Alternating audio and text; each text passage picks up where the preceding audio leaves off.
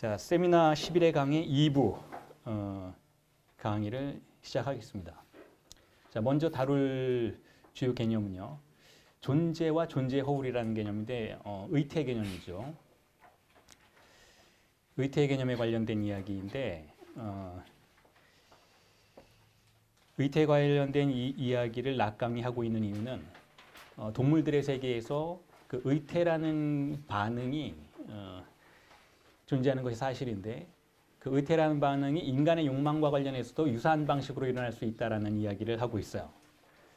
그래서 그 의태라는 개념, 미메티즘이라는 그 개념을 인간의 욕망이 반응하는 것을 설명하기 위해서 은유하는 차원에서 사용을 하고 있는 것이죠. 자, 그런데 이 의태라는 개념을 이야기하기에 앞서서 우선 먼저 그 의태, 미메티즘이 응시에 대한 반응이라는 것을 이해할 필요가 있을 것 같아요. 그리고 응시라는 개념이 대상 A로서 존재하기 위해서는 기본적으로 세계가 혹은 자연이 결여되어 있어야만 한다는 것도 이해하실 수 있어야 될 것 같아요. 그러니까 다시 말해서 이게 락강적인 세계관이라고 부를 수 있는 것인데요.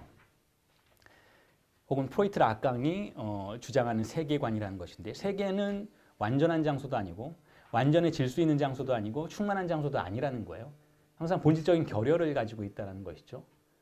이 결여의 개념이 프로이트 락강 정신 분석의 핵심적인 요소라고 할 수가 있겠죠. 그리고 바로 이 결여에 대해서 락강이 이렇게 이야기를 하고 있죠. 자연 상태로부터 존재의 균열, 이분화, 분열을 초래하는 어떤 것이 있다라고 락강은 이야기를 하죠. 165페이지에서 그렇게 이야기를 하고 있죠. 세미나 11회 9강 165페이지에서 락강이 이미 자연 상태에서부터 균열이 존재한다라는 이야기를 하는 것이죠. 그래서 인간의 존재는 그러한 균열에 적응한다라고 이야기를 하고 있어요. 자, 근데 이 부분에 대해서 다시 한번 말씀을 드리지만 오해하시지 말아야 할 것은 어떤 부분이냐면 실제 자연이 균열을 가졌는지 아닌지는 사실 알 바가 아니라는 거예요. 그 얘기를 하고 있는 게 아니라는 거예요. 인간이 자연을 그렇게 파악한다라는 것이죠. 왜냐하면 인간이 세계를 불완전한 것으로 파악하도록 결정지어져 있기 때문에. 왜냐하면 인간은 욕망에 관련해서 세상을 파악을 하는데, 그러니까 욕망의 차원에서 세상을 파악하는데 그 욕망의 차원에서 유아기에 이미 상실을 경험했다라는 거예요. 그리고 그 상실 자체가 인간에게는 세상을 불완전한 것으로 이해하도록 규정해버렸다라는 것이죠. 그래서 인간은 세계를 그 자체로 균열을 가지고 있는 것으로 파악할 수밖에 없고 그리고 바로 그것에 자신의 존재를 적응시키는 방식으로 욕망을 전개해 나가고 세상을 살아간다는 거예요.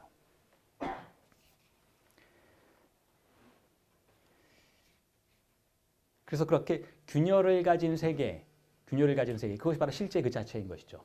그리고 그 균열을 봉합하기 위해서 건설된 세계가 상징계라고 볼 수 있고 상상계는 그러한 봉합의 효과로서의 이미지라고 볼 수가 있겠죠. 자, 그렇기 때문에 다시 한번 강조하지만 락강은 현상을 다루는 데 있어서 눈앞에 있는 표상이 완전하지 않고 그 너머에 온전한 실체가 존재한다라는 그러한 현상학적 변증법의 과정을 거쳐서는 결코 진실에 도달할 수 없다라고 이야기를 하고 있는 거예요. 결국 락강에게는 어떻게 세계가 균열을 가지고 있는 것인지에 도달하는 이해가 진리에 도달하는 이해라고 볼 수가 있는 것이죠. 그렇기 때문에 진리가 존재하지 않는다라는 사실을 궁극적인 진리로서 가정하는 락강의 존재론 혹은 현상학 혹은 세계관이라고 부를 수 있는 것이 지금 표현되고 있는 이 용어에 드러나고 있는 것이죠. 존재의 균열, 그러니까 있는 것, 세계 그 자체로서 균열을 가지고 있는 그러한 세계관. 자, 이게 결국 다시 한번 강조드리지만 존재론, 락강의 존재론, 락강의 인식론, 락강의 윤리학과 정치학 모든 것을 규정하는 관점이라는 거예요. 그래서 락강에게서 만약에 윤리학이라는 것을 도출해낼 수 있다면 윤리가 어디 있는지를 찾아가는 과정이 결코 아니라는 거예요. 윤리가 어디 있는지를 찾아낼 그 윤리는 존재하지 않는다는 것이죠. 그러니까 온전한 상태로서의 윤리가 존재하지 않는다. 결여되어 있는 윤리밖에 없다는 거예요. 그래서 그 윤리가 결여되어 있음을 증명해내는 것이 락강 윤리학의 1차적인 임무라는 거예요. 제가 썼던 그 세미나 7의 강의에서 락강의 인간학이라는 책에서는 그러한 윤리관을 제시하고 있는 것이죠. 결국 우리의 마음속에는 윤리의 기둥들이 박혀 있는데 그 윤리의 기둥들은 진정한 윤리의 실체나 궁극적인 윤리의 존재가 아니라 이데아가 아니라 타자가 나에게 남긴 흔적으로서의 환상적 기둥들이라는 것이죠. 그래서 그 윤리의 기둥들을 오히려 찾아내어서 분쇄시키는 것, 파괴시키는 것, 몰락으로 이끄는 것이 윤리학에서의 절대적 명제가 될 수 있다라고 락강은 이미 세미나 7에서 강조를 하고 있었던 것이고요.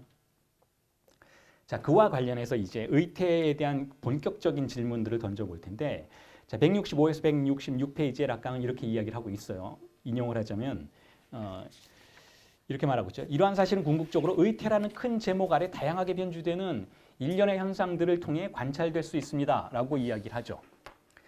그리고 이는 성적 결합에서뿐만 아니라 목숨을 건 사투에서도 분명하게 작용하고 있다라고 이야기를 해요.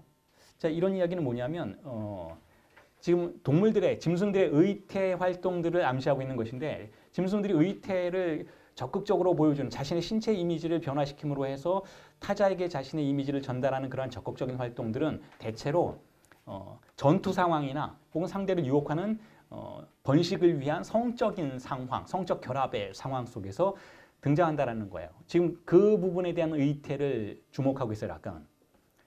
다시 말해서 암수가 짐승들의 세계에서 성적인 결합을 위해서 상대방을 매혹시키려고 할 때 공작의 깃털을 화려하게 펼친다든지 아니면 신체 이미지를 화려한 방식으로 바꾼다든지 보통 동물들의 세계에서는 이제 수컷이 그러한 일들을 하죠.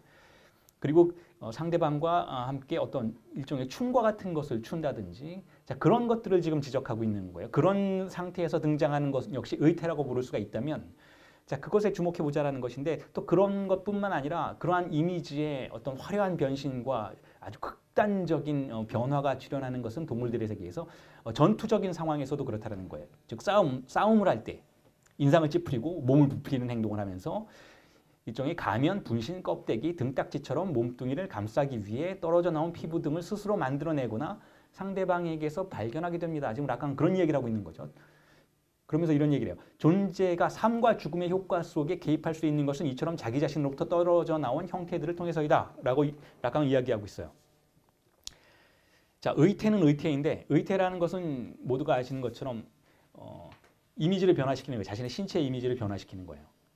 그런데 그러한 신체 이미지의 변화가 가장 극단적으로 일어나는 것, 즉 가장 화려한 방식으로 일어나는 순간들은 생식의 순간 아니면 죽음의 순간이라는 것이죠. 생식의 순간 아니면 죽음의 순간에 짐승들은 일종의 허울을 이제 여기서는 썽블렁이라는 불어로 표현하고 있는데 썽블렁이라는 것은 비슷한데 그 자신은 아닌 거예요. 비슷한데 그 자신은 아닌 것. 그 썽블렁, 허울을 보여줌으로써 의태 기능을 과시한다는 거죠. 그래서 그걸 종이호랑이라고도 이야기를 하는데 자, 이게 애매모호한 이야기처럼 들리지만 이것을 여러분들이 일반적인 동물학에서의 의태 기능과 비교하면서 이해하려고 한다면 조금 곤란해하실 수도 있어요.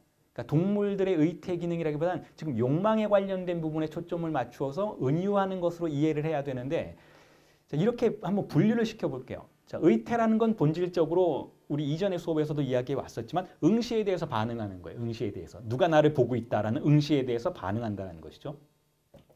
그런데 그러한 의태에는 두 가지가 있을 수 있다라는 것을 우리는 동물학의 상식을 통해서도 알 수 있어요.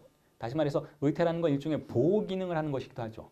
보호색으로서 자신의 신체 이미지를 주변의 이미지와 비슷비슷한 방식으로 바꾸는, 물론 실제로 동물들이 그러한 바꾸는 행동을 하지는 않지만 자연 선택에 의해서 이루어지는 그러한 현상들이긴 하지만 그럼에도 불구하고 자신의 신체 이미지가 주변 색과 비슷해진다면 결국 의태, 응시로부터 자신을 방어할 수 있다라는 그러한 은유를 우리가 끌어낼 수가 있잖아요. 그러니까 튀지 않는 이미지를 갖게 되는 거죠. 공장지대에선 검은 나방이 살아남는 그러한 방식으로. 근데 그걸 그대로 인간 세계의 이미지로 한번 바꿔보자라는 거죠. 인간들도 역시 의태 기능을 하는 것으로 은유해 볼 수 있다는 거예요. 다시 말해서 인간들은 어떻게 하나요?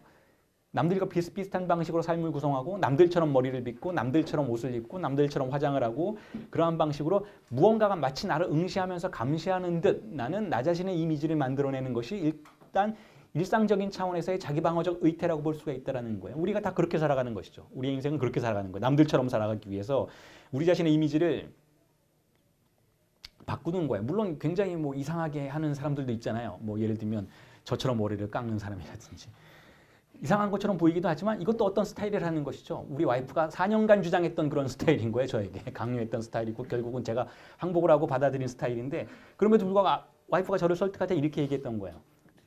원래 이렇게 하는 게 있다라는 거예요. 이런 스타일이라는 게 이게 자기가 만들어내는 그런 게 아니라 이런 게 뭐 투블럭컷이라는 게 있다라는 거예요. 다시 말해서 아무리 자기 자신을 다른 이미지들과 다른 방식으로 구성하는 것처럼 보일지라도 사실은 어떤 한 유형에 첨가함으로써 결국은 응시에 반응하는 것이다라는 거예요. 사회가 나를 어떻게 볼지에 대해서 반응하는 것이지 전혀 그런 것에 대해서 반응하지 않는 이미지를 구성해내는 존재는 없어요.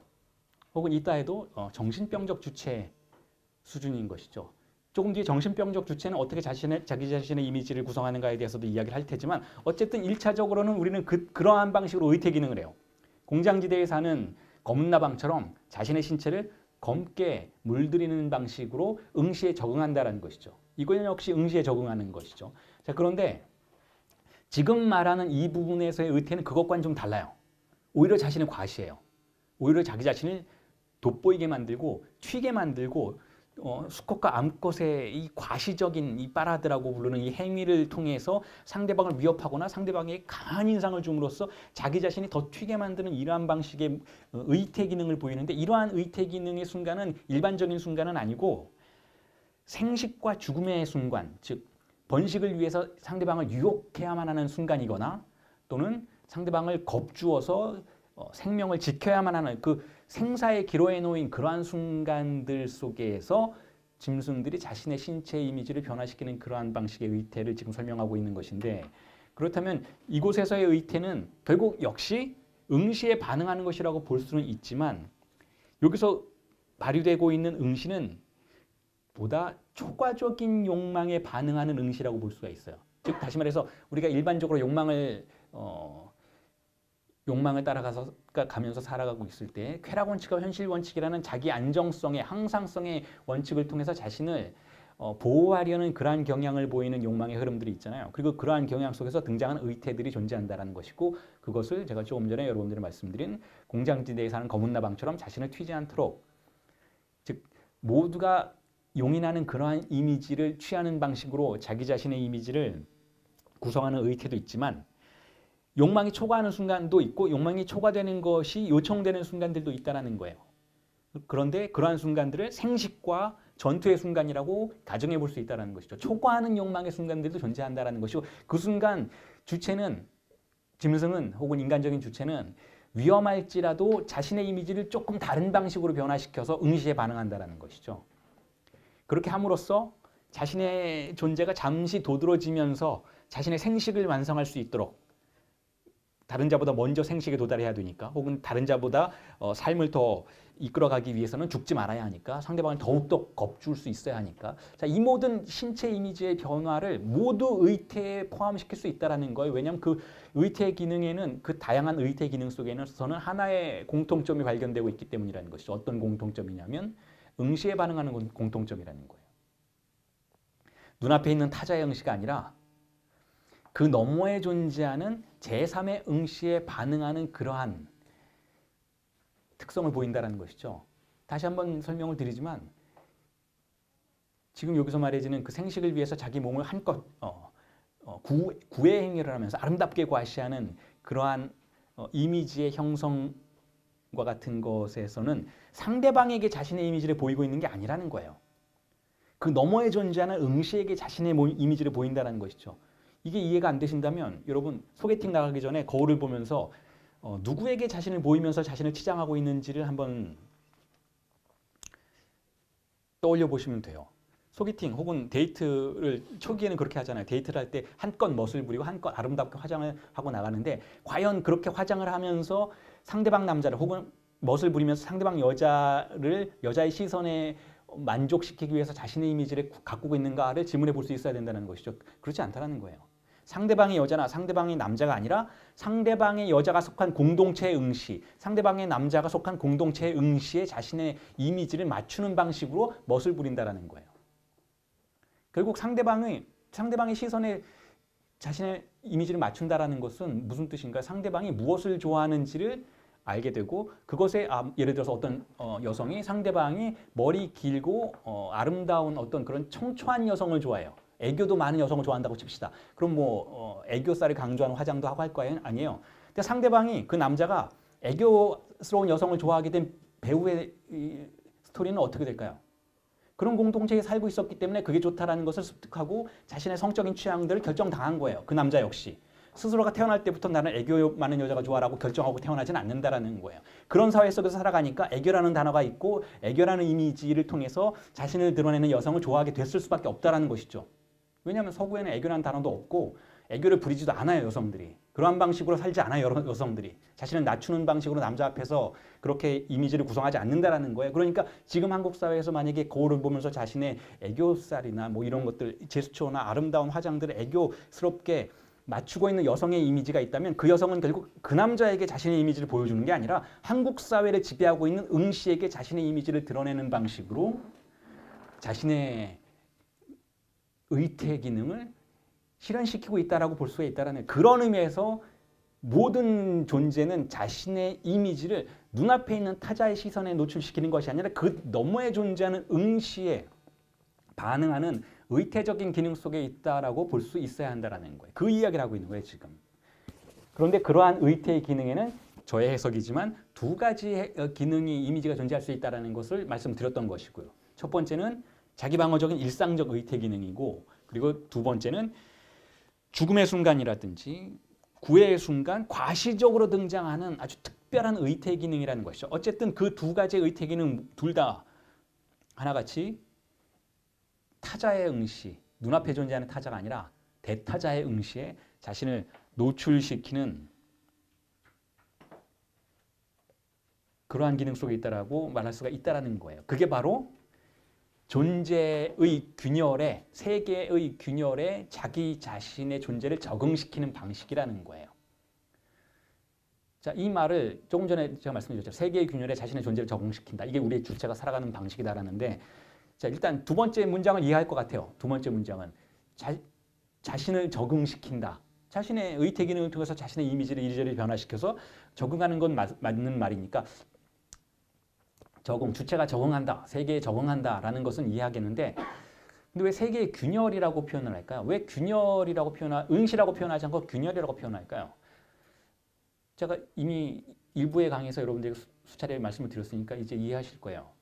응시가 출현한 이유는 균열이 있기 때문이라는 것이죠. 응시가 왜 출현했는가는 균열이 있기 때문에 응시가 출현한다라는 거예요. 어머니를 상실했기 때문에 그 상실한 균열의 자리에 어머니의 신체로부터 떨어져 나온 충동의 대상 A들이 떠다니게 됐다는 것이죠. 그리고 그 대상 A 중에 가장 주요하게 우리를 감시하는 것처럼 보이는 것이 바로 시관 충동으로서의 응시라는 것이고 그 응시에 우리가 적응할 수밖에 없게 되었다는 거예요.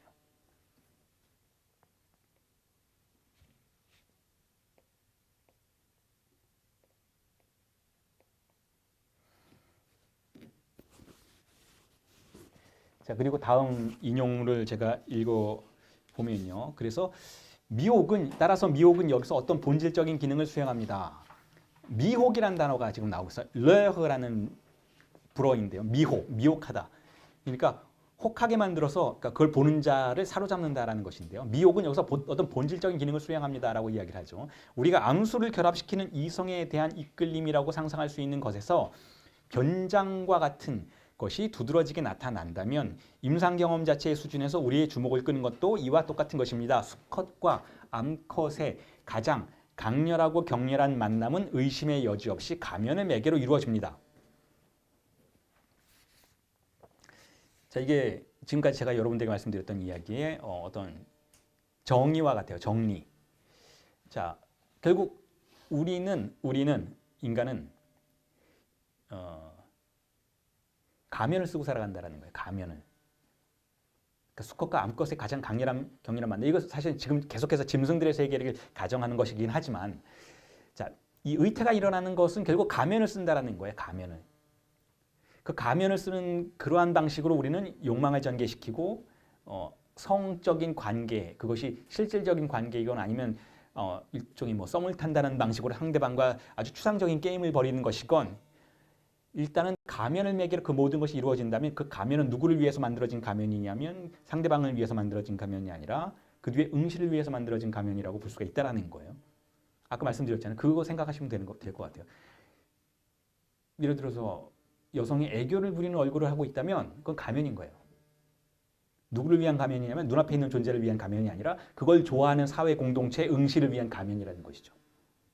모든 게 가면이라는 거예요. 남자도 마찬가지 그런 가면을 쓰고 있어요. 남자는 남자다워야 한다. 울지 말아야 한다라는 방식으로 남자답다라고 가정되는 가면을 쓰고 있다는 것이죠. 즉 가면을 통해서 모든 게임이 이루어진다는 거예요. 그런 의미에서 우리는 일종의 변장 속에 있다는 트라베스티와 같은 상황 속에 존재한다는 것이고 바로 그 변장에 우리는 또한 이끌려서 매혹당한다는 거예요.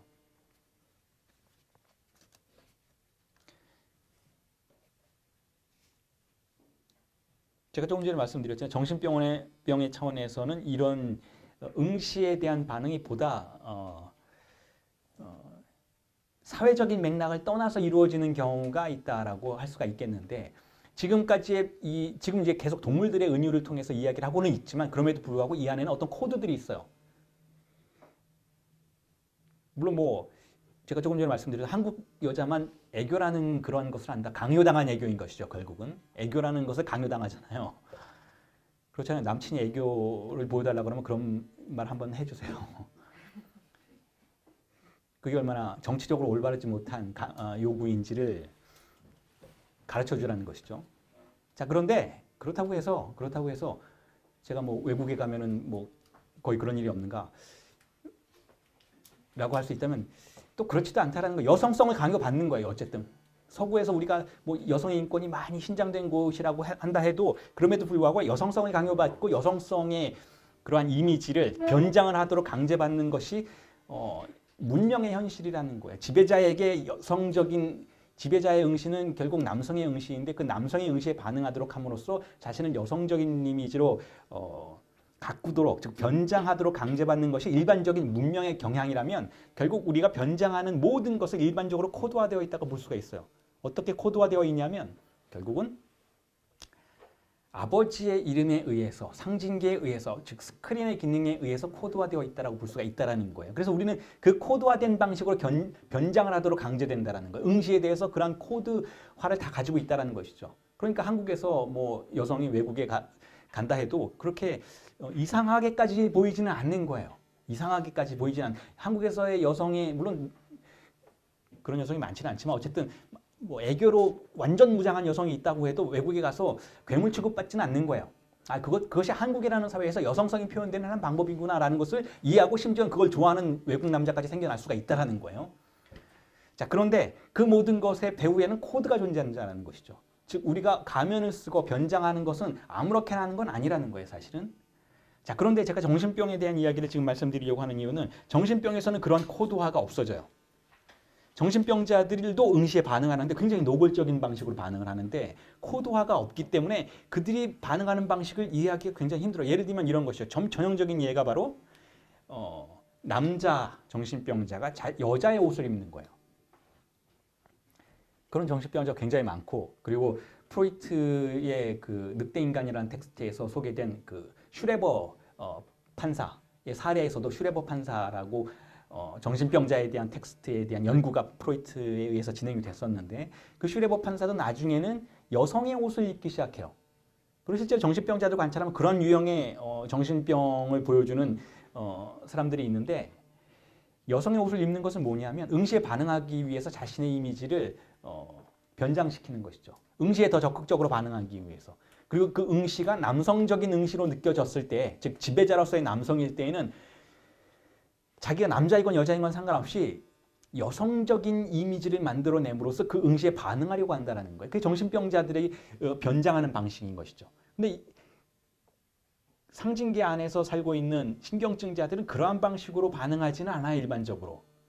남자들은 남성적인 옷을 입으려고 하는 그 코드화된 변장을 하고, 여성은 여성적인 옷을 입음으로써 코드화된 변장을 하려고 하는 것이지, 성별에 관계없이 무조건 응시가 남성적이니까 그에 대해서 여성적인 이미지를 만들려고 하지는 않는다는 거예요. 그런데 정신병에서는 노골적인 반응들이 존재한다는 코드가 사라진 삭제된 채로 자신의 신체의 이미지를 의태 기능을 통해서 제시하려는 그러한 경향들이 정신병에서는 보여진다는 거예요. 그래서 제가 여러 가지 수업에서 여러 번 강조하는 바이지만 정신병자들에게서 나타나는 가장 중요한 특징 중에 하나가 응시당한다라는 느낌이에요. 실질적으로 응시당한, 누가 나를 지켜보고 있다는 것, 아주 구체적인 방식으로 감시당한다는 것을 이야기를 하죠.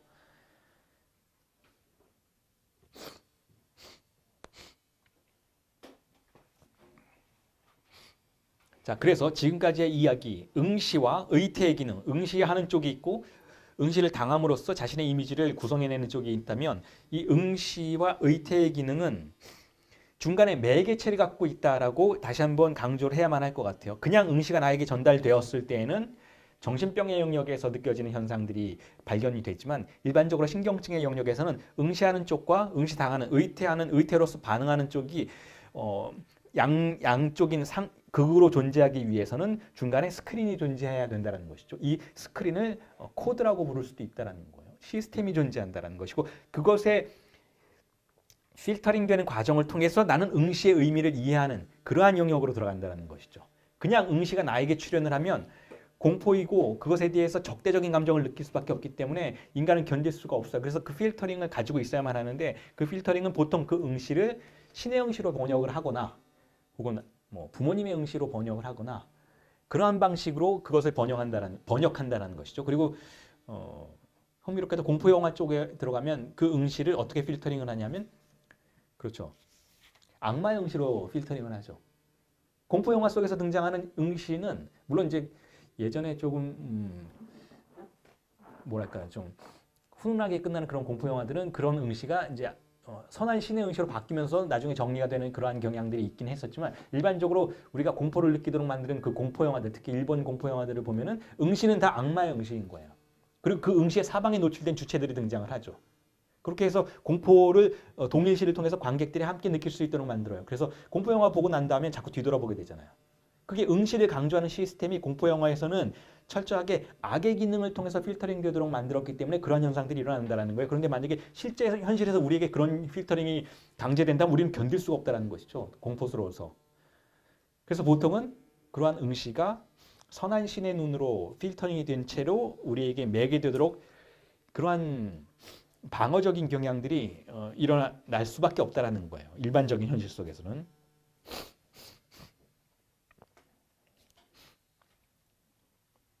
그리고 한 가지만 덧붙이면 의복도착이라는 것도 있는데 의복도착, 성도착의 한 유형이라고 볼 수가 있는데 의복도착은 사실 성도착의 유형이라고 보기보다는 상당히 뭐랄까 일반화된 현상이라고도 볼 수 있어요. 조금 전에 제가 의복도착의 한 유형으로 정신병의 영역을 말씀을 드렸던 거예요. 정신병자가 자신을 남자인데도 불구하고 여성적인 옷을 이렇게 입어서 자신을 제시한다든지 혹은 때로는 여성일 경우에 여성 정신병자일 경우에는 상당히 노출을 하는 경향이 있어요. 노출을 함으로써 응시를 불러내는 것이 신의 응시를 불러내는 것이죠. 자, 그런데 그렇지 않고 성도착의 경우에서도 자신은 여성의 옷을 입는 경우가 있어요. 남자인데도 불구하고 여자의 옷을 입는 경우가 있다는 것이죠. 자, 이것에는 두 가지 가능성이 있어요. 하나는 실제로 그 의복 자체의 그 물신화된 도착을 가지고 있는 경우, 즉 여성의 옷 자체가 물신화되는 방식으로 그 주체를 만족시키는 그러한 경우가 있을 수 있고, 그러니까 여성의 의복이 그렇죠 남근의 역할을 하는 것이죠. 그렇지 않고 이 의복 자체가 중요하기보다는 그 의복을 입었을 때 응시가 출현하는 것을 즐기는 그러한 경향도 있다라는 것이죠. 그래서 성도착의 경우에도 의태의 기능을 통해서 만족을 얻으려고 하는 그러한 현상들이 분명히 존재할 수 있다는 거예요.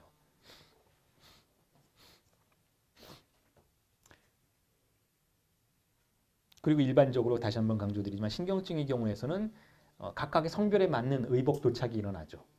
여러분 아주 멋진 옷을 사면 아무도 나를 보아주지 않는다 해도 그 옷을 입고 나가고 싶어 하잖아요. 그 자기만족이라고 우리가 흔히 부르기는 하지만 사실 자기만족이라기보다는 분명히 아무도 나를 보고 있지 않다 해도 누군가가 나를 보고 있다는 가정이 이미 무의식에 설정이 되어 있는 거예요.